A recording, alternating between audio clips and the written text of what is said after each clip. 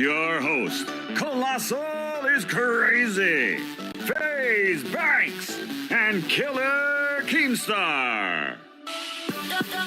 And we're back, and we finally have MrBeast. What's up, everybody?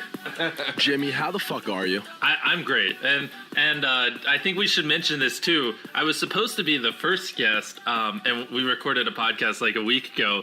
But one thing I didn't realize is that Keem and Banks talk a lot, and if you do not cut these motherfuckers off, they will just go forever. So during this podcast, I'm going to cut them off if I have something to say, and that's just something I learned from the last one. I swear to God. By all means, Jimmy, cut me off. Let's do it. We're already starting. See, I swear to God. See, look at us. Look at us just being us. Me and Banks always get to the point, like every time we do this podcast, where we're so enraged at the end that we're cutting each other off. I love that at the end of these, even when we did them in person, when we like filmed, whatever, at the end of them, I just feel like I just got the shit kicked out of me, and I feel like I just ran like 10 miles. You know what I mean? Like I'm just exhausted and I feel like I just went to war. I like that. Yeah. It feels good. Well, and it's definitely entertaining. Like the first one you guys did with Mike was probably like top 3 podcast I've ever heard.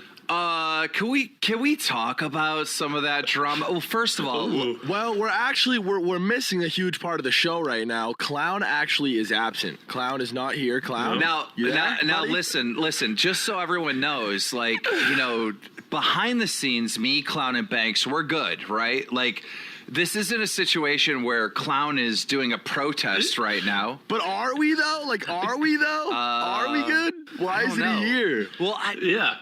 His phone's off. His boy's phone's off. I don't know, man. I don't know. So Keem, you messaged him, you called him, you DM'd him on Twitter, you DM'd his friends. None of them are picking up, right? Yeah. I can't get a hold of him at all. I don't know why he's not here, but look, Clown is not the type of person that's just going to be like, I'll show them. I'm not going to show up to the next recording. Of course. Yeah, he's too intelligent. Yeah, for that. he would tell us like, hey, I'm quitting the show, or I don't want to be a part of this anymore, or something. And he didn't do any of that. So I think he's literally sleeping right now, you know? For anybody that doesn't follow us on socials or who watched the last show and is a little bit confused, who saw like everything go down on Twitter with Clown and Mike and all that drama, I just want to explain it, break it down real quick.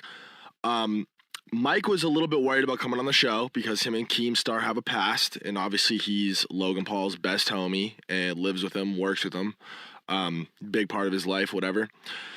We did do a show with MrBeast, and we all decided that it was trash, so we wanted to redo it. Because I spoke for like 3 minutes. Again, I'm gonna cut you guys off this whole time. Please, by all means, yes.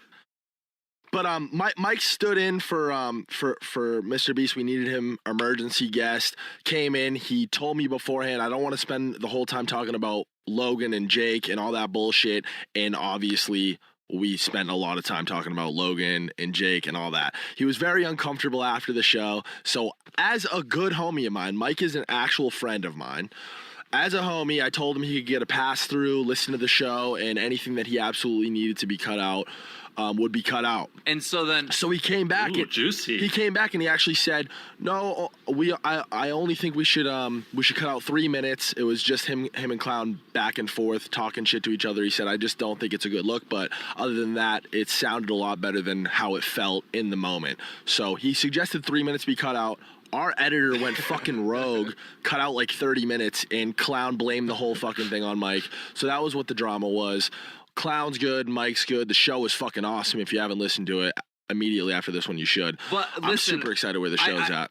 What do you think about it, Jimmy? Well, I was shocked. I mean, it was borderline like a shouting match at one point, which you would think is like unorganized and like chaotic, but for some reason, and it's probably partly because you have Keemstar, like, you know, the head of drama here, but it was interesting, and it was really fun just to listen to these guys just scream at each other instead of like acting civil. You know what I mean? That's what I want my show to be like. Not a screaming match necessarily, but I want my show to have people like battling ideas and battling, you know, different concepts. I do not like these podcasts where everyone's like, "Oh, you got this new product coming out. Oh, I love that. Oh, that's awesome. Oh, you're doing really well." Like, dude, all these podcasts are so boring. They're not fun. They're not entertaining. And it's because people are not battling ideas. And so, Well, you got Mike and Clown too, who are polar fucking opposites, by the way. Like, and Clown's not afraid to shit on someone too, which is the fun part. Clown is inherently, and I'm not saying this is a bad thing. Obviously, I love the fucking guy,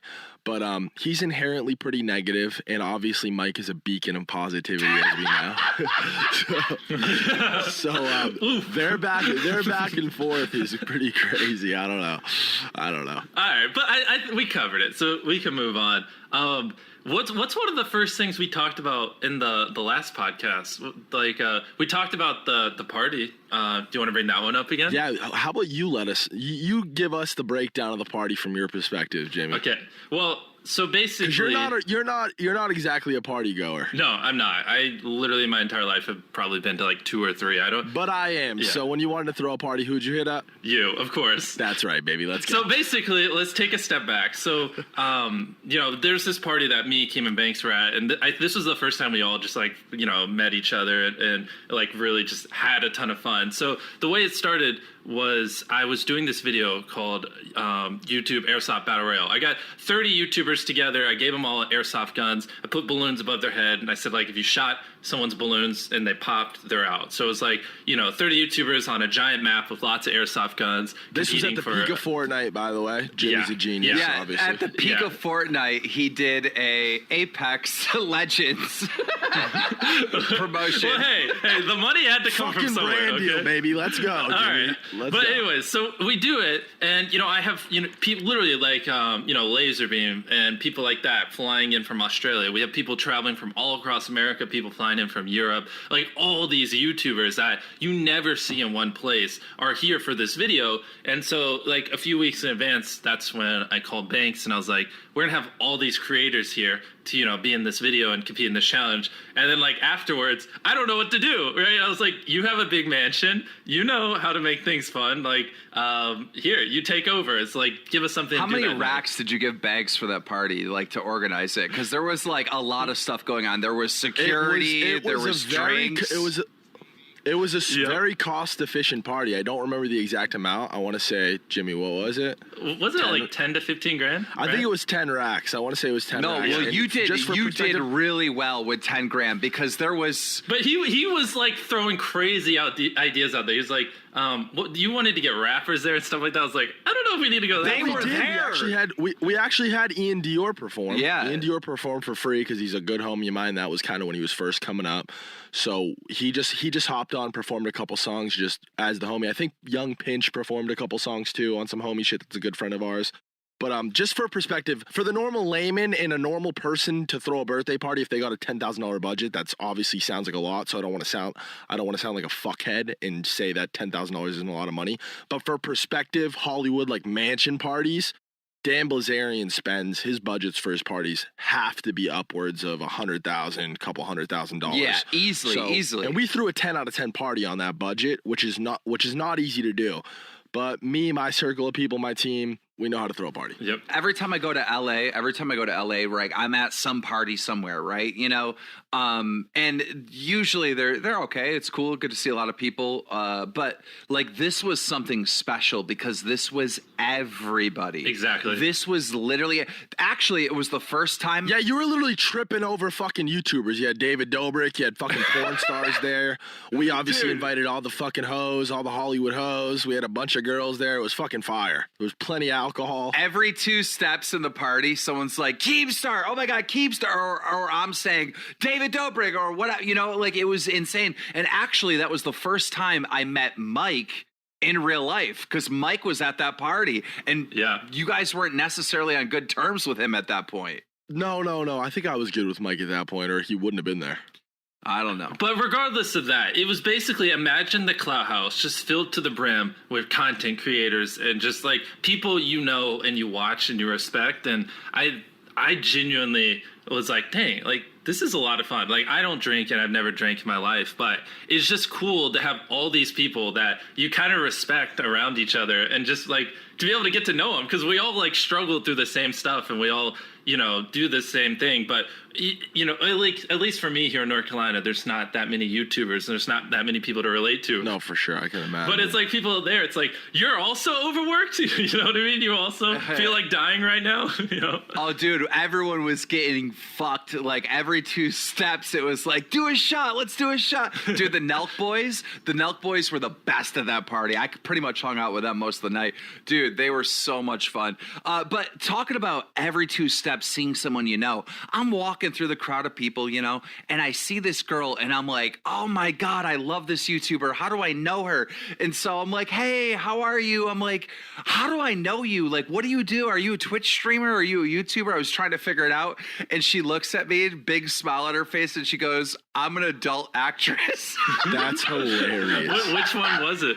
I can't remember her names to this day, but I know what she looks like. It's good to know that in your old age you're still snapping the old carrot game. That's good. Hey, you have to. You have to. You have to. You have to. I'm jerking off till I die, baby. I'm taking it to the grave. I don't want to talk about this too much because I don't want people to think this is the type of person I am. Literally one of the few parties I've ever been to in my life, and to me, the part that made it fun was just being around other creators and stuff like that. Ask me a sophisticated question, so I don't seem like what do you mean the type of person you are? You were knee deep in women at this thing. Yeah, you were fucking. I walked in the bathroom. You were butt naked with 6 girls. I think there was a couple dudes sprinkled in there. You were doing lines of G Fuel. Dwarf Mamba was sitting in the toilet. Yeah, we were all levitating too, right? No. I don't want to switch off this party story until we finish it up because you're reminiscing. You're just soaking in the fucking. Well, all right, fine. Here's another thing. That ice sculpture, that was pretty gnarly. Oh yeah, no, that shit was fire. Hell yeah, that was Tav. That was all Tav. That was my manager. Oh yeah, what was the ice sculpture of? It was of MrBeast logo. I think it was Clout Gang X MrBeast. Yeah. Listen, if you want an idea of what the shit looked like, rather than just hearing us talk about it, I uploaded a video of a couple of a little montage of this. It's up somewhere. It's called last person to watch this video wins $100,000. It's me and Jimmy in the thumbnail. No, but it was a good one. Just to show you what. Listen, wait. Just to tell you what a good guy MrBeast is, right? The cops end up coming towards the end of the night. Not because we were doing anything bad, by the way. It was because the music was loud. Okay.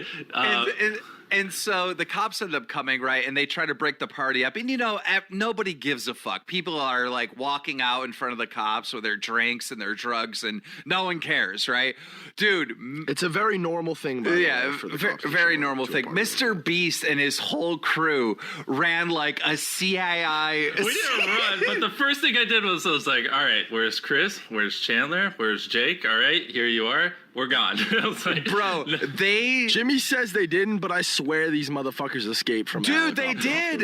I swear I saw that. They did. All right. Jimmy said, "Nah, that was a police helicopter," but I'm pretty sure. As soon as the cops were there, MrBeast literally disappeared. But you're making it sound like we were doing something bad. We were literally. I'm over here talking about data and stuff, and my boys are just meeting YouTubers because this is their first time ever hanging out with other creators. And then I just saw it. I was like, why? And Banks is like, probably because the music's too loud. And I'm like, all right, well, I don't like drama and stuff, so later. Listen, I don't think it's even a question that you're a great fucking kid. I don't think anybody thinks that you're secretly a bad guy. Okay. Well, I just want to make sure that's not how we're portraying it. Was that the only party you've ever personally thrown or had a hand in? Yeah, of course. Literally. I think that's something to be proud of, man. You're batting 1,000. That was a fucking banger. No, that's my as far as YouTuber party goes, that is my favorite party of all times. Yeah. It was a good one. We should definitely do another video where we get a bunch of YouTubers together and hang out afterwards. That'd be a lot of fun. Set it up. Yeah, let's set it up.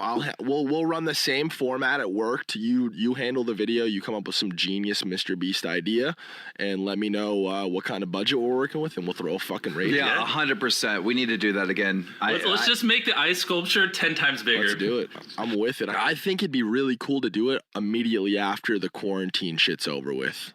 I think that'd be cool. A chance. Yeah, right? And then one of those persons still has it and then just spreads it to every creator. Sounds like a great idea. Well, not immediately. When it's officially safe to fuck with people again. That'd be a good reason to party. But that probably won't be for a year. No, for sure. To our viewers, just so you understand, it's when you do become a content creator, you find it hard to like just talk to like normal people because you get so obsessed with what you're doing with this.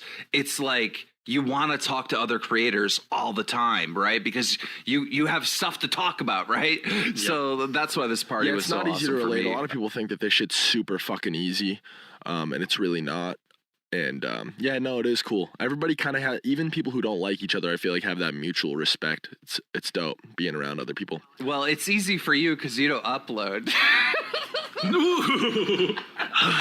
Oh, all right, clap back. Look, no one's here to fight. I gotta listen. If I wanted to get on YouTube tomorrow and shit on everybody, I could. Like, I really could. If I wanted to. Why don't you? Give Kim some content. Bro, I'm trying my hardest to keep FaZe Banks relevant on Drumler. Like, I'm reporting him responding to somebody shitting on Kylie Jenner on Twitter. Oh, wait. You reported that? Yeah, of course. Yeah. I actually wanted to bring that up to you, Jimmy, because believe it or not, a lot of people responded and give the viewers some context. Yeah, for those of you guys context. For those of you guys who don't know what he's talking about, I think I made a good point. Like, I don't know, that something about that girl's tweet really fucking bothered me. Mm-hmm. This girl tweeted, this girl Zoe tweeted, FYI, this is the equivalent of me donating $30. Just for context, Kylie Jenner donated $1 million to Los Angeles healthcare workers for the corona shit. Mm-hmm. And obviously, with anything that you do, you could fucking save a baby from a burning building and somebody would have something negative to say about it. This bitch says, FYI, this is the equivalent of me donating $30. It is absolutely time to tax billionaires out of existence and use their money for public needs. Wow. To which I responded, wow. That's a crazy thing to say. Yeah. To which I responded, the difference is she donated $1 million, and I'd bet my life that $30 is still sitting in your pocket. What a dumb fucking tweet, start to finish. Imagine shitting on somebody who donated $1 million to anything. I don't know. I think I made a good point. I don't know. I'm a firm believer. I'd love to hear your guys' thoughts on this, but I'm a firm believer that that money comes from thinking smart and working hard, and that you just shouldn't focus on that or shit on successful people, because whether it's generational wealth or it's somebody who started from the bottom and got to where they're at, I mean, everybody has what they have because they, at some point, or their fucking great-great-grandfather worked hard for it or thought smarter than everybody else and took advantage of a certain market or something, and you know what I mean? They sought out to make money and they made fucking money. And I don't know how you could... You know what I mean? Yeah. It's a little hard because, you know, like how much of the money she has is even liquid. You know, that's one thing you have to talk about. And 100%. These are things that normal, like, and I mean no disrespect. I'm a normal person, and when I say something like normal people, and when Keem said it earlier, I think we mean. I don't know what the fuck we mean, but I mean, just your average viewers. Just so viewers understand, when he's saying liquid, he's talking about like how much cash does she actually have? Actual money in the fucking bank, because somebody's net worth. Yes, her business is worth her business might be worth $1 billion, but she doesn't have $1 billion in cash. You know. Well, I think she sold 51% of it for like $600 million. Yeah, so we have to be careful because we might get clipped and sound like idiots. All I'm saying is like.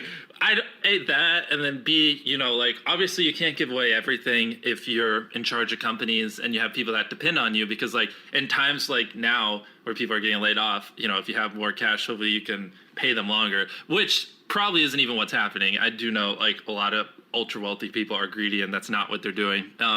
I see both sides. It's like, you know, $1 million will save lives and help a lot of people, but also at the same time, like, if you have that much money, like, you know, why not do 10 million? You know what I mean? Like, so. I just think the mindset of like tax billionaires out of existence, I think that's crazy. Like, it's fucking craziness. I mean, what is the point of the American dream if, like, you're going to sit there and you're going to dedicate your life to making all this wealth and then, like, it's going to be stripped away from you because you won the game? Like, I think that's the wrong message to send anyone. You don't need that much money. But you don't need that much money, but you shouldn't be telling or sending this message to, you know, normal Americans, even poor people. Hey, if you work hard and you become successful, it's just going to be taken away. Because then it takes away the motivation of doing it in the first place. And dude, there are a good amount of people who really don't do shit and don't work whatsoever and just fucking get shit handed to them and expect that. And I just think it's a fucking... Who are over there spamming, I love Bernie Sanders, everything should be free, or, you know, I support Yang, I want my $1,000 a month. It's like, dude, we all have an opportunity to make money in this world. In some cases, you don't have the same opportunity as others, right? Because you're dealt a bad hand from birth in situations. Luck is absolutely a factor, but there's stories... 100%. There's stories all over the internet from the start of recorded human history of people who were born in a fucking trash can and climbed up to the top and made a fucking, you know what I mean, made a life for themselves. I would feel like I'm a decent story of that. I mean, like, obviously... Me too. Yeah. I feel that way too. Me That's why I too. get so fucking... Yeah. That's why, and that's kind of where you came in. A lot of people were like, look at somebody like MrBeast.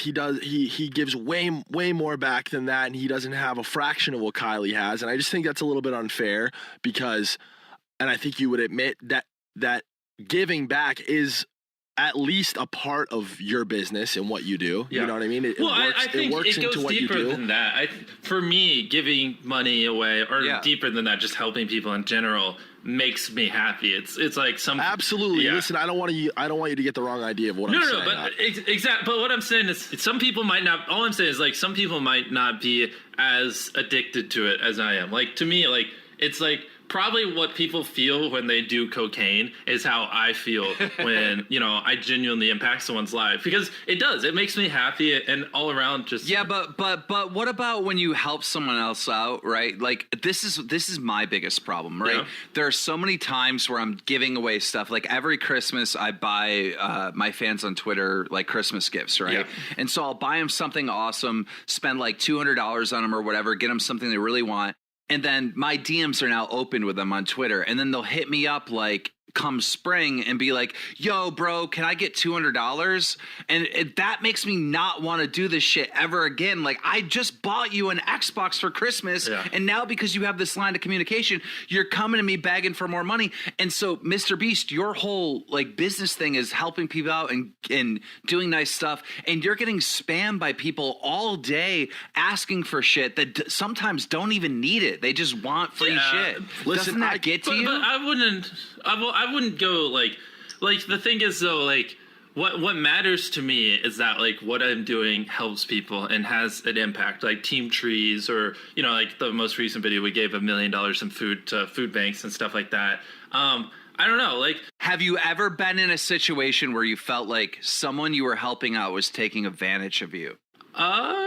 I would, of course, yes, but I would say percentage-wise, it's... And what's that feeling like? Like? Because that's what gets me, bro. Yeah, but like that, it's just like, oh, well, like, you know, he's... At the same time, you have to take everybody as an individual. You just like ignore it. It's like, it's the same thing for like people who like, you know, get mean comments on their videos and they let it affect their mood. Like Team, you get millions of mean comments on Tumblr every year. You don't care. You just ignore it. And like, that's the same thing with that. Listen, it's at like, the end you of know, the day, I tried to help him. No. Not with this. Let me explain myself real quick. Go for it. I have people that will make GoFundMes, like saying that, you know, they have no money, no food, all this stuff, and they'll tweet it at me and trying to get help, right? And so I don't just be like, you know, okay, I'll help you out. I start doing research. I start going through their whole Twitter feed, and like I'll find out that they just created this account 3 months ago and they're literally tagging every celebrity, that this is some bullshit and someone just does this to like try to get free money on the internet. And it enrages me. And a lot of times I call them out, right? I'm like, what the fuck, bro? You're not even a fan, bro. You're tagging everyone. Your whole Twitter account is based on begging my people response for money. is just like, I feel like it would be better just to focus on the positive instead of, you know, it's the same thing. Like, I hate to reiterate it, but you don't focus, like, every mean comment on Drama Alert doesn't piss you off. You're not like, well, my content's better than this and that. You just ignore it. And same with that. Just like, True. And one thing that helps for me, I don't like, if you give money away to people who aren't suspecting it, and I'd much rather give people money in person than over the internet, like, because you get to see their reaction. It's so much more fun, at least to me. But if they're not expecting it and you give it to them in person, like, very few things like beat that. Like, because usually they'll cry and you can just tell like it's one of the best moments of their life, and it's, you know, it's just fun. You know what I mean? Again, I fully believe in the authenticity of like where it's coming from you as a person. I'm actually a very similar person. I've given to people both on YouTube, and I do. just the way that I act in my day-to-day life, I over-tip the fuck out of people. I don't know if you guys are familiar with like how shit works in Hollywood or in like nightlife, but when you leave clubs, oftentimes you'll have like these gypsy women outside with fucking bouquets of flowers, and I always come out, give them a few $100 for the whole bouquet, start handing flowers out to girls and other people and stuff. I don't know. I'm always doing shit like that, and I do it because it makes me feel good, and I can relate to that. But at the same time, what Keemstar was saying, like this one time, these little kids were hanging outside of a restaurant. We all came out and they were selling candy, and I was like, "You got Venmo?" And I sent the kid like $1,000 for just every box of candy that the kids. I hope his parents knew you did that. I don't. But what Keem was saying earlier, the kid had my fucking Venmo and requested like $1,400 every day for the next like month of my life for a new PC, and it kind of fucking pissed me off. Like low key, I even considered just to teach the kid a lesson. Like I charge back, would never do this, but I considered like hitting up my bank and fucking trying to get that $1,000 back, low key, because that shit did bother me. But at the end of the day, I think that as far as human interaction goes, you have to judge every individual separately, and people are their own people, and you can't group anybody into anything or predetermine or make assumptions. In 2016, right, this guy like was basically saying that he had a girlfriend, they had a kid, the kid was special needs, baby, and needed special care. Their car broke down. They didn't have a vehicle, and they basically needed a vehicle to take the kid to the doctor's appointments, and so the guy could get to work, right? Aww. So I am seeing this, and I'm like, oh my God, like I gotta help out, right? So I looked at Craigslist, like in his area. I found a vehicle for $4,000 that would run, and everything would be fine. Really? I bought him a brand new car. You're a good guy and for that. He was oh dude, thank you so much, man. La, da, da. You have no idea what you did for my family. I'm like, it's not a problem. Like this is very easy for me to help you out. We had an open lines of communication. I was like giving him like straight up like, this is what you got to do to get a job, or like I was helping him out like more than just the money. I was talking to this guy a lot, Trying to mentor him. Like on a deep level, right? Trying to just get his life going and all that. Yeah. Put him on the right track. And what happens is like he gets the job and all good, right? The dude started hitting me up left and right, like about 6 months later, asking for money. Hey, I need $500. I need this. I need that. I'm like, what?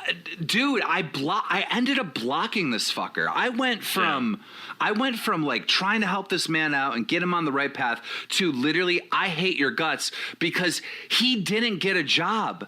He never landed the fucking job. He never did anything. Yeah, that's super and he whack. just sat there until the point where he was getting evicted from his apartment and then came to me for help again. I'm like, no, bro. This is why just giving money and giving money and giving money and giving money and giving money doesn't work, dude. People need to work for themselves. And if they get into a jam, you can help them out. But if they don't do anything with the opportunity that you're providing for them, then they're going to be right back in the same situation. It depends how you help them, though. But here, let me end this little segment on a positive note. So you guys are, obviously explaining negative experiences giving money away. Here's something there's a ton that of happened to me. positives, too. Yeah, of course. But here's a story that happened to me early on that I was like, dang, like that really made me feel good. I was doing a video where I tipped pizza delivery guys, thousands of dollars, and I filmed the video, yada yada. Next day, one of the guys that I tipped, like middle of the day, just came back to my house and knocked on the door. And I was like, oh God, not this. But then, yeah, I know. But then he just, he had his daughter, and he was just like, because of what you gave me, I can take a weekend off and spend some time with my daughter. And she just wanted to say thank you. And I was like, what?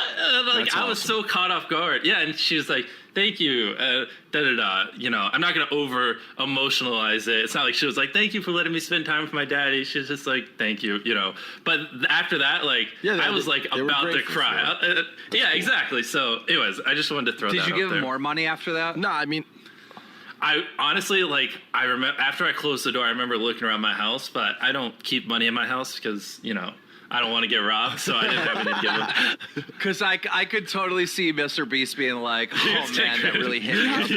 Here's $1 million. Well, that was before I even had 1 million subscribers. Like, that was really small me.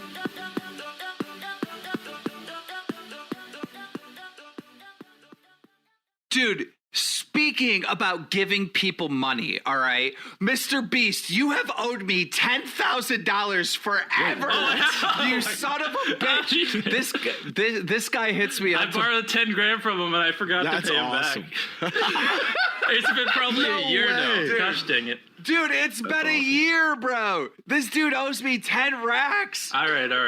I'll send it to you. Wait, Here, no. literally, What I was will that message. for? Can you guys explain, please? I don't want to say, but if Yeah, Mr. don't Beast worry wants about to it. say It was just random. It's nothing bad, but I was just like, hey, can I borrow 10 grand? I'll pay you right back. And then I just forgot. That's funny. Oh, okay. I thought it was like some deep shit where like he bailed you out of jail or some wild shit like that. Oh, no, I didn't- nothing like that. I didn't mean to put you on blast, but I just thought about that. No. Sorry. No, that is That's funny. Dude, I owe people. I wish I had something I could be months like- and just recently, I just paid off this this Rolex that I got off a homie.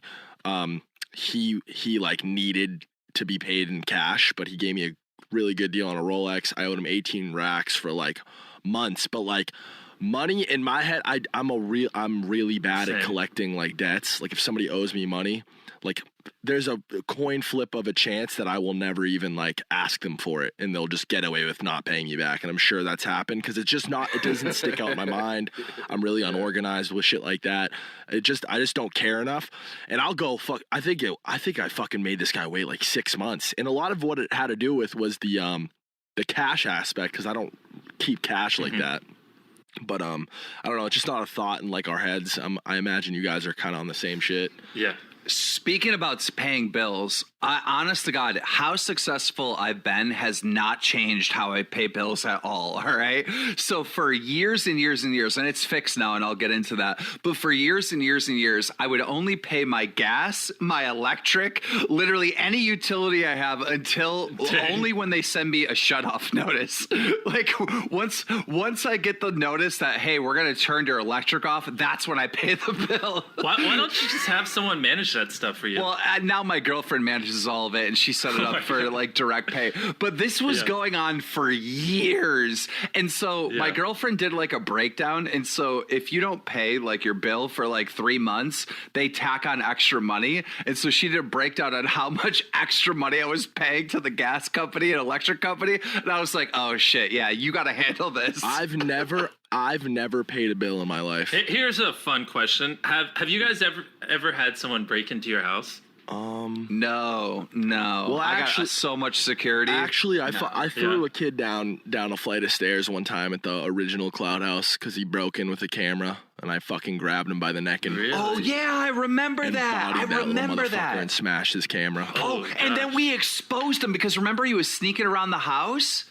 Was that the same one? Dang. No, it might be a different kid because I don't think this was ever publicized at all. Do you remember, Keem, covering when my house was broken into? I don't know why this popped up, but someone said something, and it reminded me of my old house, and I was like, oh yeah, I don't live there anymore.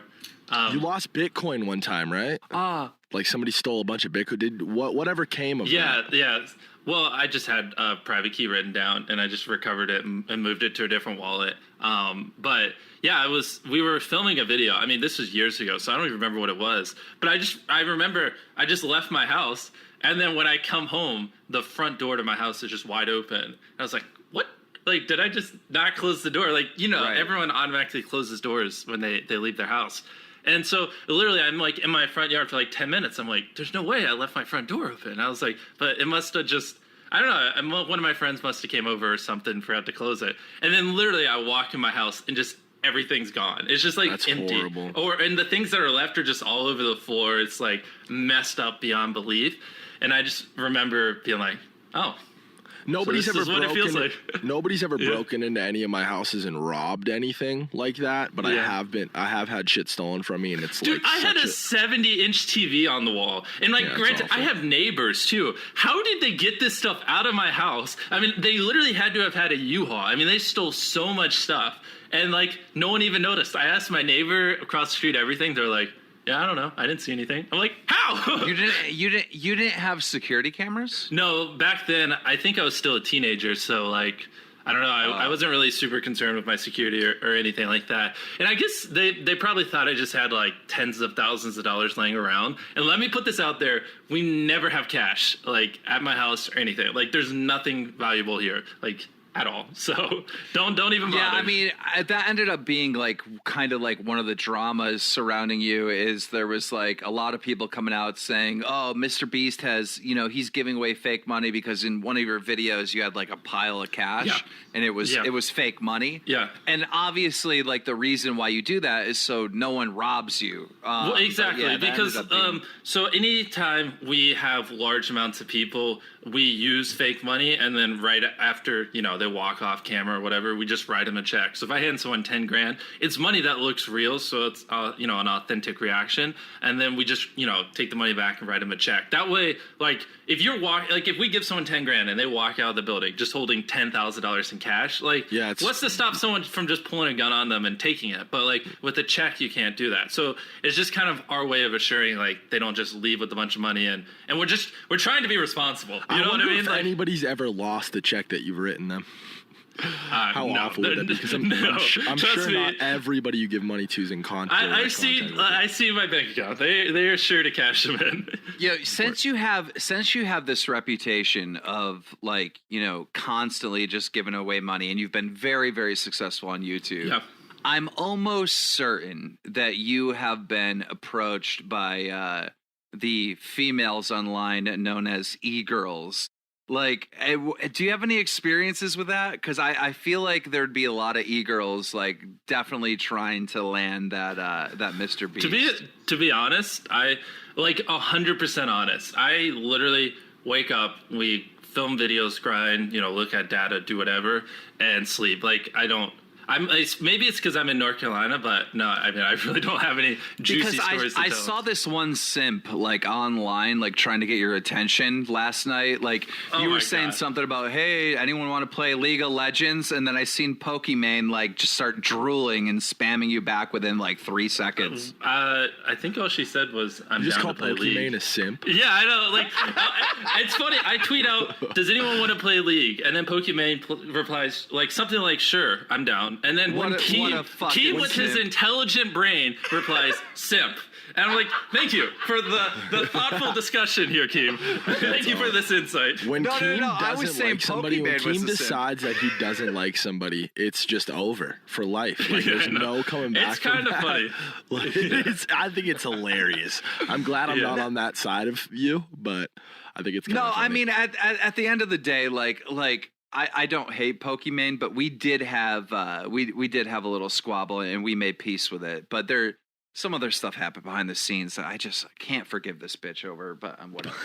Oh God! Oh my God! Okay. Oof. She just like she'll get up on her pedestal and act like she's like so much better, and she like talks down to people. Like she basically talks to people like she's your teacher. Bitch, you're not my fucking teacher. Like I don't know. I have a totally different experience with her. I've met her in person multiple times. She was always very sweet to me. It didn't come off like that to me. I can feel Jimmy getting uncomfortable through the Well, I mean, you know me. I don't like drama. But I know. Same with Banks. She was at the Battle Royale video. And, I mean, she was dope, just like everyone else there. We ended up making peace right before that Battle Royale battle because we knew we were going to be together. So we reached out to each other. We're like, okay, let's squash this. You know, we're going to be next. We don't want any drama at MrBeast thing.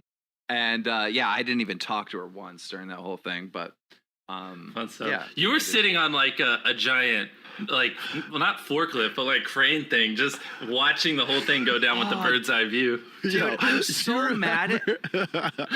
wait. Hold on, no, I have to. Okay. Keem, listen. I would imagine some people would watch your content and think to themselves, wow, this motherfucker is your average like shit talking internet troll. But I can attest. I've spent a lot of real life time with Keemstar, and I can vouch for the fact that Keem is not afraid of confrontation, both on the internet, obviously, but in real life. Yeah. Do you remember a few years back, all that time ago, when you beat Pittsburgh's ass? Wait, I have no idea what you're talking about. Keem got into a fist fight with like a team owner at a Call of Duty event like 6 years ago. Really? Keem, can we talk about that? I don't care. So Keemstar is just the kind of guy who, and he was doing good. You know, like in respect to how everybody else I would imagine was doing at that time, especially in like competitive Call of Duty, as far as financially goes with the internet and stuff. So Keem, correct me if I'm wrong, but you were buying like bags and bags of weed that weekend and just giving everybody weed and making sure everybody was smoking, and like you were just that guy that weekend. Just and this goes back to like people overstepping and taking advantage. And I think everybody was like drinking in the hotel lobby, and I don't know, something happened where let me give it some context. Let me give some context. Was sure that this guy. Go ahead. Okay, so what happened was like, you know, I used to go be big in the esports Call of Duty scene. Like I would go to the events and stuff. I loved everyone there. Had a good time, party with a lot of people. And like, so one event, this guy Pittsburgh, he like smoked me up, right? And we had a great time. So the next week that we were in Ohio, right? I hit him up and I was like, "Yo, do you got any smoke?" And he's like, "I have none." I was like, "You know what? I just came from California because we went on this ATV trip over in not California, Colorado and Denver." And I go, "I have some really good weed that I bought over there." I go, "You can have all my weed, bro. Just save me some for Sunday because this is a Friday and it's a 3-day event, right?" So like Banks or somebody wanted to smoke, right? So Sunday comes around and I don't smoke that much. I'm not a big smoker, but I do smoke. And so I'm looking for this Pittsburgh guy because I told him to save me just a little bit of this weed. And he goes, I find him and he's like, "Yeah, dude, there's no weed, man. We went through that in a night." I was like, "Oh, no problems, no worries," right? While me and Banks are just chilling in the fucking lobby, right? This kid comes up to me and he's like, "Do you know Pittsburgh sold your weed?" I'm like, "What?" He goes, "Yeah, dude, he had no money this weekend, so he sold the weed that you gave him."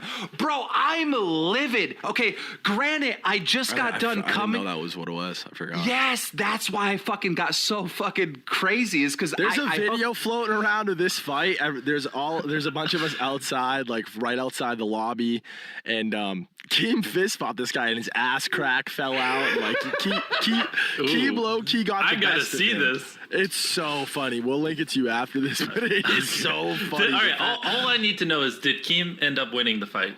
Yes, he did. Okay, good. Good guy, won the fight. It wasn't like a fucking all out like brawl, but like Keem. No, the guy swung at me and I wrapped him up, threw him on the ground, and put his sweatshirt over his head so he couldn't do shit. And then I walked around him saying, "I could hit you, but I won't." Like that's all. And like I said, his ass crack fell out, so like added insult to injury. It was funny. It's something that popped in my head.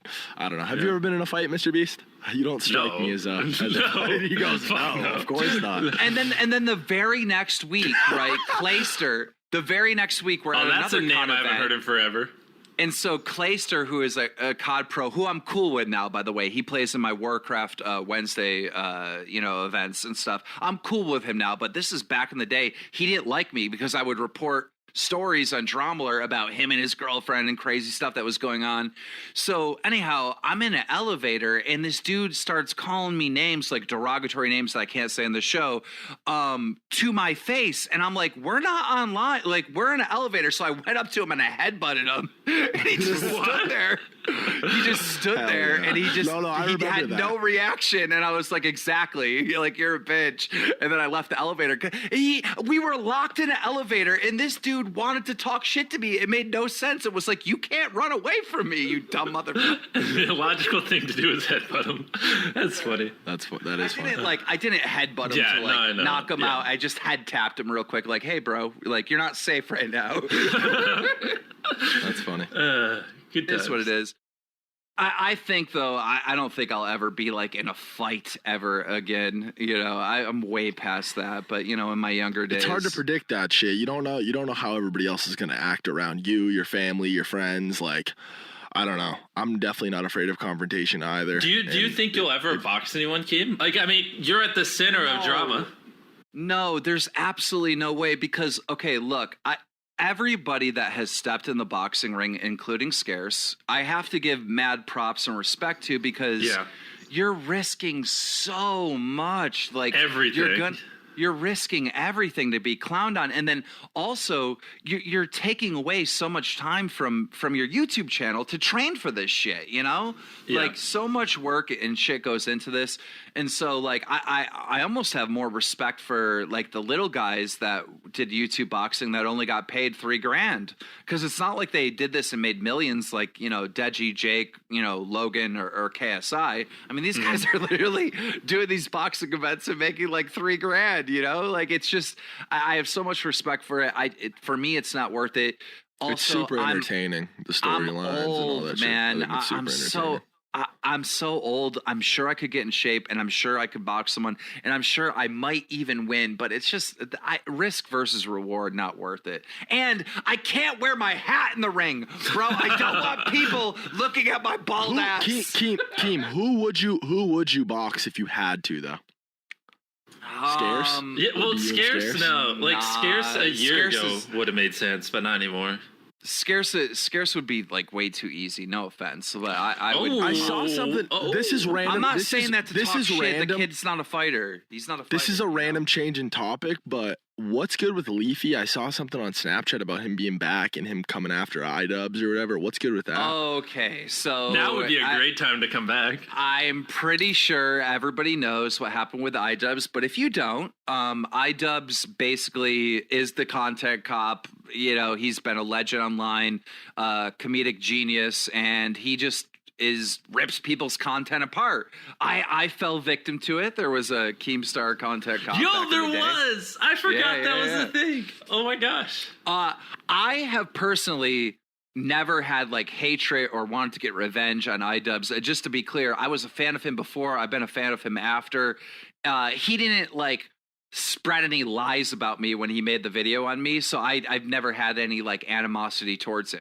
However, other people in 2016, when everyone was trying to ruin my career, they did spread lies, so I had animosity to those people. So I just want to give people context that I have no problem with iDubbbz at all. In fact, I'm a fan. However, with that being said, iDubbbz has made no mistakes ever in his career. All his arguments have been bulletproof. Out of nowhere, his girlfriend started an OnlyFans, all right? Now, imagine if Banks' girlfriend or MrBeast's girlfriend or my girlfriend started selling like nudes online for money, right? We would get shit naturally. Like anyone would. Mr. PewDiePie, anyone, right? So obviously when his girlfriend started this OnlyFans like 2 weeks ago, you know, people started making jokes, calling iDubbbz a simp and all this other stuff. And he uploaded a video defending himself. And it's a horrible video. Like the points that he puts forth are really bad. For an example, like he was saying that it's totally fine for people to make fun of him and crack jokes about this situation, but other people are taking it way too seriously. And then he shows an example of a guy who's clearly joking, and he presents it like the guy is being serious because the tweet says something like, "You ruined my life, iDubbbz," and they're like, it's a joke, but whatever. So anyhow, long story short, iDubbbz for the first time in his career has taken an L, and by L stands for loss. He lost fans. He lost over 30,000 people unsubbed from him, which isn't a lot compared to his channel, but it's still a loss.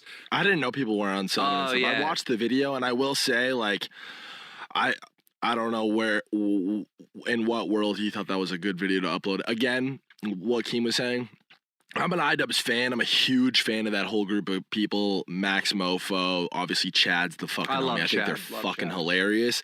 I think they understand the internet, and their approach to the internet is totally different than everybody else's, and they're not afraid to fucking be crazy and controversial, and I appreciate people like that. I think they have kind of fucking, you know what I mean, walked a fine line at some points, but I think that they're all really smart. I think that iDubbbz is a 10 out of 10 for the most part, 10 out of 10 creator. But I watched that thing, and it's just iDubbbz, when he takes an approach and he criticizes other people, two main things that he goes after is people who are hypocritical. That's really the main thing. People were hypocritical, and I just found that video to be so hypocritical. And again, this is to no offense. It's just, I'm just giving my honest take on it. I don't know, like taking things too seriously. He always shits on people for that. He shits on people who get riled up over what are clearly jokes. YouTubers came to me. YouTubers have come to me throughout the years, and they're saying, if iDubbbz makes a content cop on me, what do I do? And I go, well, if you want to fight back, his only weakness is his girlfriend. I've been saying that for years. His only weakness is his girlfriend. Like, if I had a content cop on me again, like, I literally wouldn't even respond to iDubbbz. I would just expose his girlfriend, because his girlfriend, has been so hypocritical. Like, she started on Twitch as a booby streamer. And by that, what I mean is, like, the girls that stream on Twitch and they got their cleavage out and stuff, and they're using sex appeal to bring in viewers and stuff. She was one of those streamers. She was dating a guy. She broke up with that guy, started dating iDubbbz, stopped being a booby streamer. She became real conservative. She judged other girls for being booby streamers. In fact, Zoe Berger, do you remember Zoe Berger? Oh my God, that's a name I haven't heard in a long fucking time. Zoe Berger kind of made like the Ho Squad, right, where it had a bunch of girls where they would sell nudes or whatever, and it was gaming and basically getting naked types of stuff and twerking, and they invited iDubbbz girlfriends to be a part of this group. And she was like, I don't want to be a part of your hoe group and all that. And so she literally like talked down to this type of behavior. Where does Leafy come in? Yeah, let's just jump to that. Why do we got to jump to that? People want to hear the story. So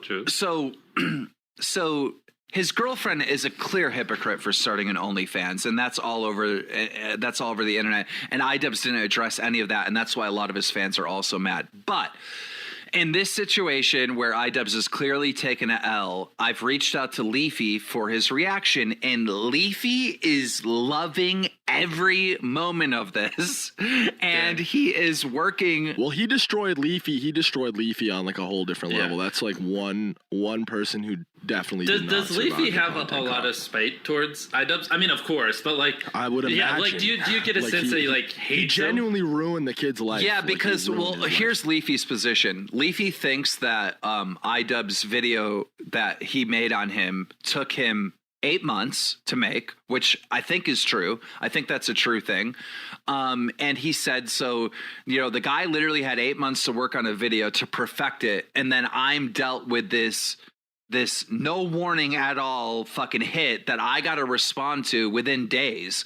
And he's really pissed off that he didn't have a fair chance. Nobody has a fair chance to respond to a content cop, because you don't know when it's coming, and then it hits, and then the whole internet is waiting on your response. Like, literally Rice Gum was thrown in the same situation, and you were right there, Banks. So, like, listen though, if you had a year to make a point against anything that I've done, I'm not perfect by any means. There's a lot of things to criticize me about.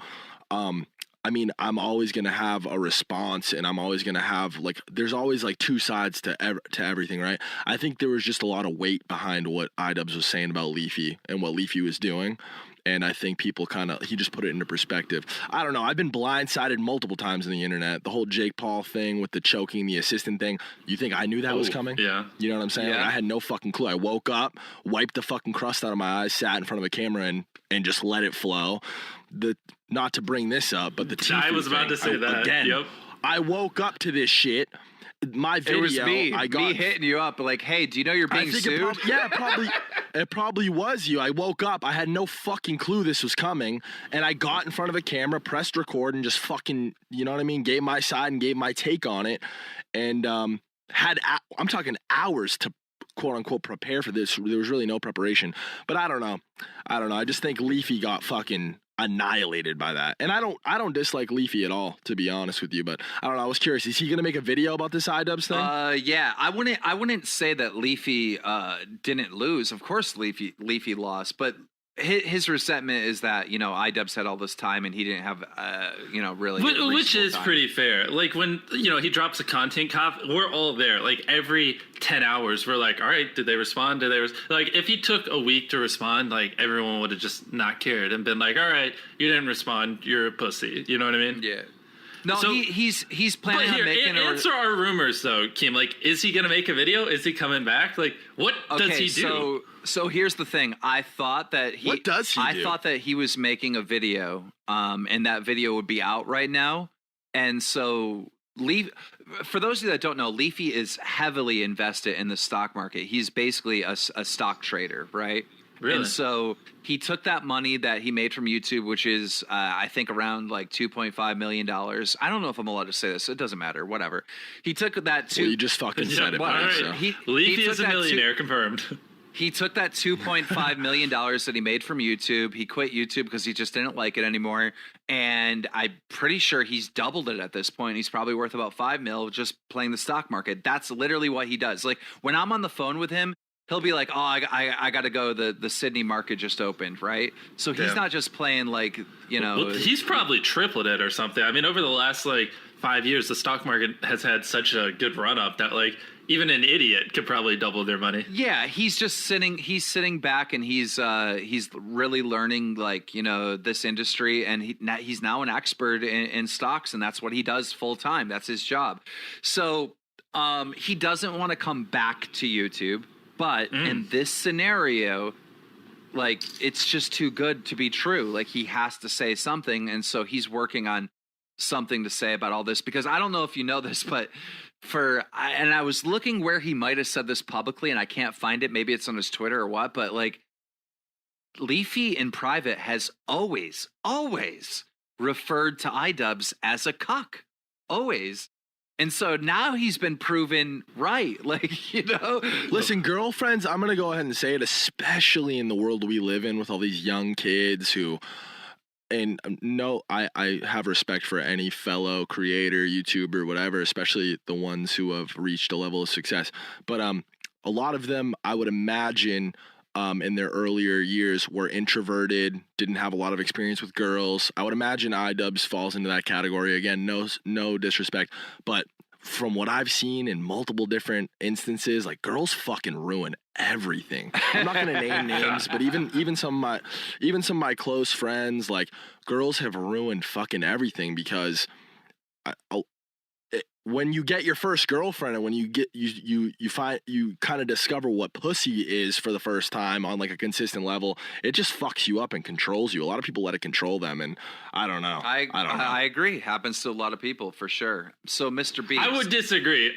My girlfriend makes me very happy, and I'm really glad I'm dating her. MrBeast definitely has put it on a pedestal. he filled a whole house with roses for his for girlfriend. fun. All right, calm down. No, listen, that's not what I'm talking about. No, you shouldn't be ashamed of that. Cool. You shouldn't be ashamed But see, of that. if I did that 2 weeks in the dating, it's like, yeah, but like, I think we were dating for like 8 months at that point. Even if you did do it 2 weeks into dating, I think that's big dick alpha fucking sick energy. I'm not talking about that. I'm talking about letting your girlfriend dictate the hours you work and the time you spend on certain shit and change the pace of your life and fucking... Exactly, and that's why it's important you find the right girlfriend, like, and take you out of your character and make you switch up. You know what I'm saying? Well, like, also that goes both ways. We all know that if iDubbbz 2 years ago faced the iDubbbz today, he would have a lot to say about that person. You know what I mean? Like he would have a lot to criticize about, and I don't think he would have ever imamed that he would find himself in this situation. I don't know. That's my take on it.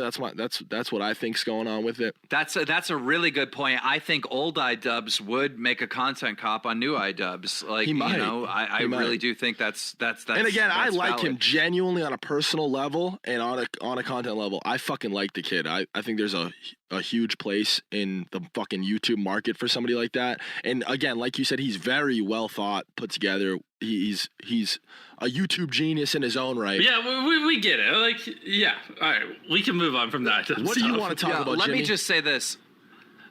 Anything that's not drama.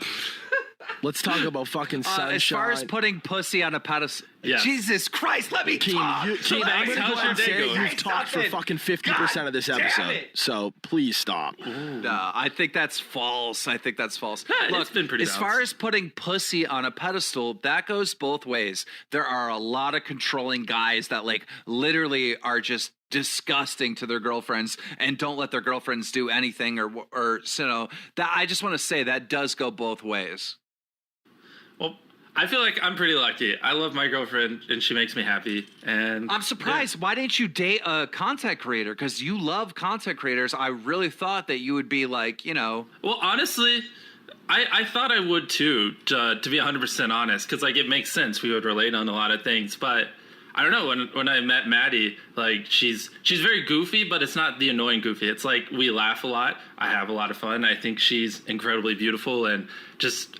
I don't know. She's like kind of exactly what I wanted, and she's not a content creator. So it doesn't make sense because my life is 100% obsessed with YouTube, and it's all I care about, and it's all I do. But I do think like having a little bit of an escape and someone who's not, you know, someone who helps me like care about other stuff that aren't work related, and you know, sometimes we do things just for fun. You know what I mean? Like Shocker. Absolutely. You know? I think that's super. I think that's super healthy, and take it from somebody who knows.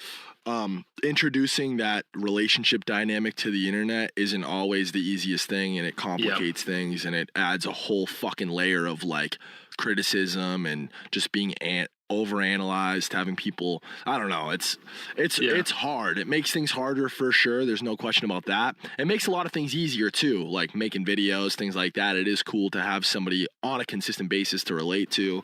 But no, I think that's cool. I mean, you already 99%, like you said, 99% of your life is fucking content, YouTube. Exactly. I think it's cool that you have an escape from all that shit, and you found some genuine shit with this girl. Yeah, which goes to show that like for me the biggest takeaway is you don't always know what you want. Just I don't know. Do it what you will, people listening. But I think MrBeast fans that are listening right now, I think a question that they would want to know is like, what is your overall plan? Like, what is this all for? Like, what is the goal? Like, what is driving you? Ooh. And don't just say giving money to people and making people happy. Let's get some real answers. Like, what is the fucking mission of Jimmy, aka MrBeast? So when it comes to YouTube, which I think I'll be doing for the next decade plus, I think YouTube's not going anywhere. It's owned by Google. They're $1 trillion company, or at least they were before, you know, all this stuff started happening. They have basically unlimited money, over $100 billion set aside. And, you know, over 80% of the Western Hemisphere searches go through Google. Point being, YouTube's not going anywhere. So for at least the next decade, all I want to do, like, wholeheartedly is just make the best content I possibly can on YouTube. And I want to try to hit 100 million subscribers. And hopefully, you know, as long as I keep innovating and adapting, I can one day hit 200, 300. I just want to be the biggest YouTuber I can possibly be. And I also just want to help as many people as I can along the way. Like one thing that a lot of people I think I give away money because, you know, it's easy views. But for me, at least, it's fun, and it's something I've always done, and so now it just so happens I can do it in content form, and so I get to kind of enjoy what I do. But you know, we've had videos go viral with nothing to do with money, like 24 hours in a desert, or you know, counting to 100,000, or walking a marathon in size 40 shoes. So basically, I can go viral without, you know, giving away money, but it's just what makes me happy. So I want to be the biggest YouTuber I can be while also helping as many people as possible. So, you know, I have fun along the way. And then eventually, I don't know if I'll be doing YouTube until I'm 60, I hope, but, you know, that's kind of naive. Eventually, I'll probably start some other business on the other end of YouTube. And then my goal is when I'm like 50 or 60, hopefully I have millions, tens of millions, hundreds of millions, billions. I don't know how much money I'll have, but whatever I have when I'm older, I just want to take that money and try to do something like really good with it. Like, I don't know, like I love how Bill Gates is like fighting Bill Gates is the diseases in fucking Africa man. and stuff. Bill Gates is the fucking man. Exactly. And you know how much fun it would be to do what he does and like literally be able to impact things on a macro level and stuff like that for like the betterment of humanity. So I don't want to sound like I'm tagging along or fucking riding your coattails or copying your answer. Yeah, go for it. I would love to get to a point where like money really isn't an object, and it's more about your focus is more than anything, and you can really do anything, and money doesn't get in the way of it. I would love to try to change certain aspects of the world too. I mean, if you're a gamer, which like, look, gaming has helped me out so much in my life because it's made me such a good businessman, right? Like when you're playing the game, you're trying to get as many kills as possible, the highest score. Literally, I've taken all that I grew up in gaming and transferred it to my business And life. it Like sounds I'm trying to get as stupid many at face value. subs. It sounds silly, but It sounds dumb, really but is it- true. Life is a game, and if you look at it as like, and everybody has a different Yeah. idea of a win. Just like Well, it's a little bit easier for people like us to say that because of the success, but for a lot of people who are struggling the paycheck, it might not be as much of a game. But No. If you're working that 9 to 5, you can still play the game, bro. It's like, okay, what am I? Yes, I'm working 40 hours. well, it's all about time and focus and like time spent. Just like any game, like there's different sub communities in a game, and everybody's You idea cut of a me win off. could be different. You cut me off. I mean, this is a good point though. I'm the fucking gamer, so you guys want to hear from No, an expert? I or do want to you not? say wanna the fucking best hear? advice I can give anyone. All right.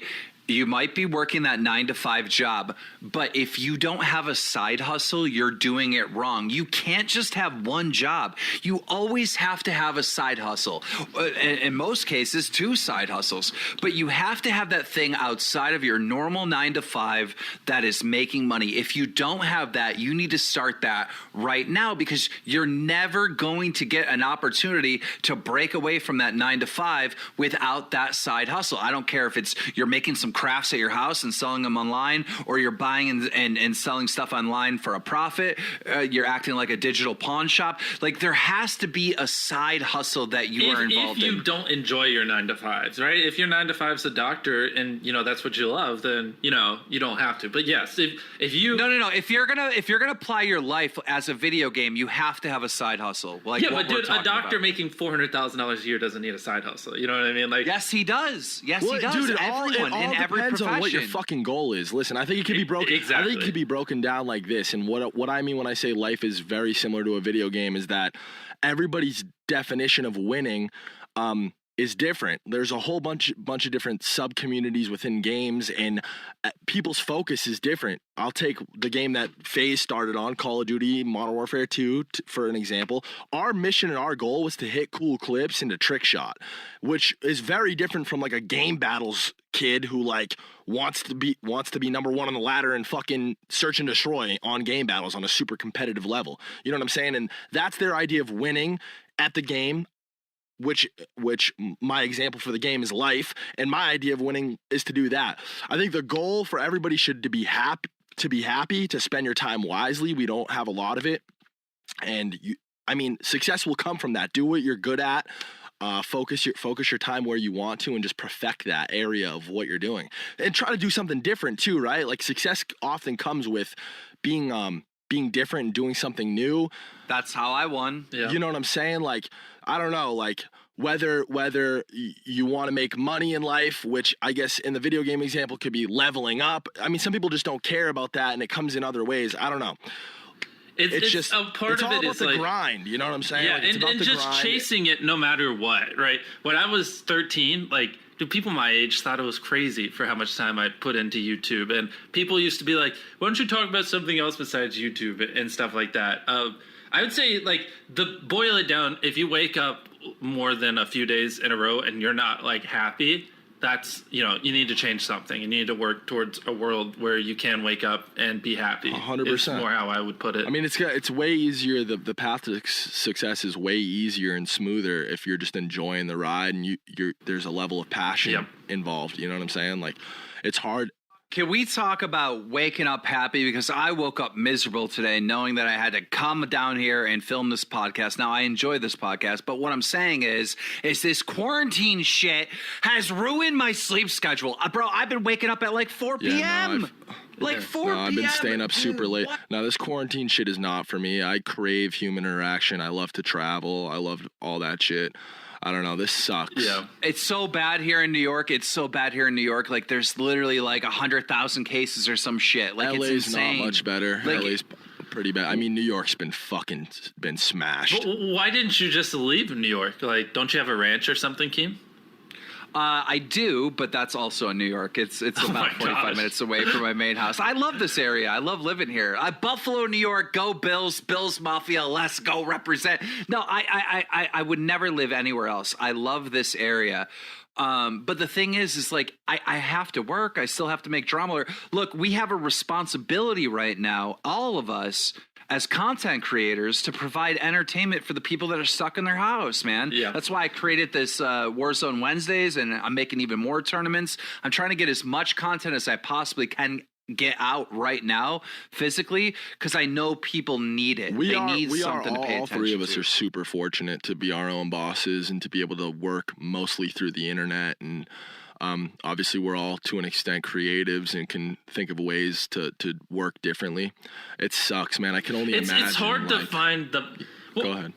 It's hard to find the balance, like, because we are fortunate, but we also, like, literally, from, like, in my case, I gave up my entire teenage years. I was grinding from 13 to 19 every single day, you know what I mean? And same with you guys. So it's fortunate, but we also, you know, sacrificed a lot. Yeah, no, for sure. No. Listen, It's like, because, like, some small YouTubers, you know, they'll make, like, 10 videos, and then they'll be like, why haven't I blown up yet? You know what I mean? And it's like, I'm trying to tell them, like, for a lot of people you look up to, like, it took hundreds upon hundreds of videos across years to even slightly develop content that was semi-enjoyable. You know what I mean? because it doesn't end with just My experience is so different though, and so is Banks. Me and Banks have really unique like experiences. Like, so I came on the scene not trying to be a YouTuber. Someone recorded me in a game and put it on, and all of a sudden, you know what I mean? Halo 3. Yeah. So like. Yeah. I didn't even try to be a YouTuber. It just kind of happened. And then like I had huge success from day one. Like, you know, I made a channel and it got 600 subs the first day. Wow. You know, like I'm pretty sure it took me so a year and a half to get 600 subs. I never had an opportunity where I was like the little guy. Well, I guess, yeah, because like for a while YouTube was shutting down my channels and I had to start over and over and over again. But I've been very lucky and very fortunate. And, you know, some people are just naturally entertaining, and thank God I am.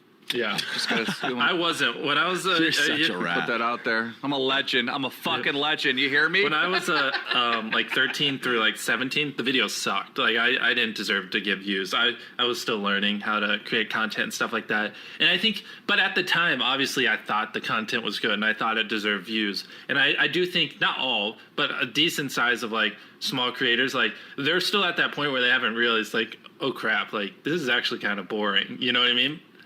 Yeah, it's 100%. hard for people sometimes. Well, here's And it the obviously thing. Here's doesn't the just thing. When end you're a with, small like, good content. Like there's a level of like knowledge that you need to learn. There's a lot that you collect over the years as far as like understanding the back end of things. Yeah. And let me say this: when you're starting off, most of the time people don't have the right equipment. I mean, having the right equipment is everything. Nah, I don't like think basically. so. I disagree. No, it is. I had 200,000 subscribers and I was recording with an iPhone and 30 frames per second. It was horrible. But I did not have enough money to buy I think a that real equipment, camera. things like that, I think those are excuses. I think that a fucking kid who lives in a mud hut, as long as he has an internet connection and a fucking cell phone, I think that like, I mean, not all content is created equally, but like if you're good and you understand, you have an understanding of things and you have a level of like talent built into you inherently, then I think you can do it. I don't think that equipment has much iPhones record in such good quality these days, and almost everyone has an iPhone of some form. Like they have TikTok, everything things they like need. TikTok are shitting on everybody. So like you really can become like you can build a name for yourself and build a brand for yourself with literally just an iPhone. If you're a small YouTuber listening to this, just do this. Make 100 videos. In every video, try to improve something. And by the 100th video, right, your content will be so much better than when you started. You probably will have a chance of being able to be a creator. Listen, I've said this so many times. This is applied to anything as far as creative goes, to people who are in the music industry, all that shit. You are never going to find, or very rarely are going to find, somebody who makes 10 out of 10 content, who you can sit through 20 of their videos in a row and they're unnoticed. You know what I mean? Like you will. Yeah. I'm sure people have had that, but like they're gonna find that one oddball and be like, Ricky, look at this. Well, fucking please, by all means, link me to these people. I would love.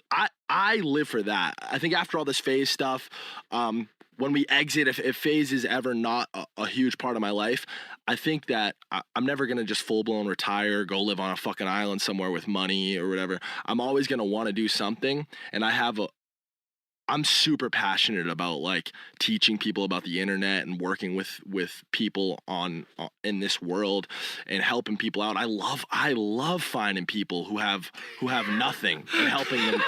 What are you laughing about? Yeah, It's just how you said world, helping people with this world. Like you said it. I didn't even catch that. You're a fucking idiot. The way you said world, it sounded like you just got struck in with the corona. I might have Ricky's it, bro. having this emotional moment, and Keem's like, Just fucking laughing. You're a scumbag. No, but seriously, I like working people with this world. I love finding people. All right, someone clipped that and tweeted at me because I didn't catch it. I didn't but catch it either. Maybe there's. It was a quiver. It was a quiver in the middle of world, bro. It Listen, killed at me, least dude. when It I was so cut good. you off, like I have something insightful to talk about. You cut me off and just shit on me. Oh, hey, before we get back going, Keem, did Clown ever respond? No, I have nothing from him. Guys, Dang, listen, ego. I promise you, if Clown quit the show, he would have said something. So I don't think I it's guess that. we'll I have think to he's just wait just till the next episode to find out. Who is the next episode? I think it's I don't know. James. Is James it? Charles is coming on next. Yeah, We yeah. need Clown Confirmed, for that. 100% confirmed. That'd be an interesting dynamic for sure. Oh, dude, I'm so afraid. No, because let me tell you a little backstory about, like, you know, these edgy people like Clown, iDubbbz, Chad, and all them. Like, so me and Anything for Views, or AKA Chad, like, I put Chad in my Minecraft Monday. And for those of you that don't know, Minecraft Monday was a Minecraft tournament that I ran with influencers, and James Charles played in it, right? And so I invite Chad to the group because he's playing with us next Monday, and he immediately starts flirting with James Charles. And Chad is not, you know, gay, right? So he's like just being an taking the asshole. piss. And he's like, dude, he was saying horrible things to Jeez. James Charles, and I had to kick him out. And obviously he was cracking jokes and trying to be funny, but dude, it was just so uncomfortable. So if we have James on and we have Clown on, I'm a little afraid that Clown might do or say something that it's going to be the same situation. I like don't Mike. think so. Clown's a little more. I like Clown's. Clown not an isn't asshole. on Chad's level, dude. He's just not. Chad. No, definitely not. Definitely not. Chad was extreme, but I'm just giving you an example of like, we definitely need to have, you know, James Charles on, and I definitely need to talk about some stuff that I know he doesn't want to talk about, which is some drama stuff. But I feel like Clown might take it to the next Oh yeah, level. like you're gonna ask like an open question, and then he's gonna give an answer, and then Clown's gonna be like, "Well, what about this?" And in this video, 3 minutes in and 35 seconds, you said this, da da da. Yeah. I guess we'll have to wait and see. I think that's a good spot to end it. It's been fun, boys. Yeah, find out next week on. And no, in the spirit of MrBeast being on here, I just want to say, I feel like we should do a giveaway. Let's give away $1,000, huh? Is that cool? You Okay. can give away $1,000. How we doing it? Okay. I'm just kidding. Nope, we're all giving away $333. Okay, so just simply tweet at me at Keemstar on Twitter, showing that you know you're following or that you at least watch this episode. And if you do that, I'll Let's give select them a one of little you guys word to or a win. phrase or something so we can differentiate the people who stayed through. Yeah. Let's do this. You have to tweet at all three of us. Beacon of positivity. Okay. That's what you have to say. Beacon of That's the positivity. key word. That'll automatically enter you into the giveaway. So you have to tweet Beacon of Positivity with a screenshot of you following the podcast. If you do that, yeah, you can win yeah, money. yeah. All right. Awesome. We'll pick awesome. somebody- We're gonna pick. It'll be And a with short that, rant. we'll see you guys in the next Fuck yeah. episode. Thank you, Jimmy. Thank you, everybody. Peace the fuck out. Yeah, guys, James Charles next week. That's it. Mom's Basement.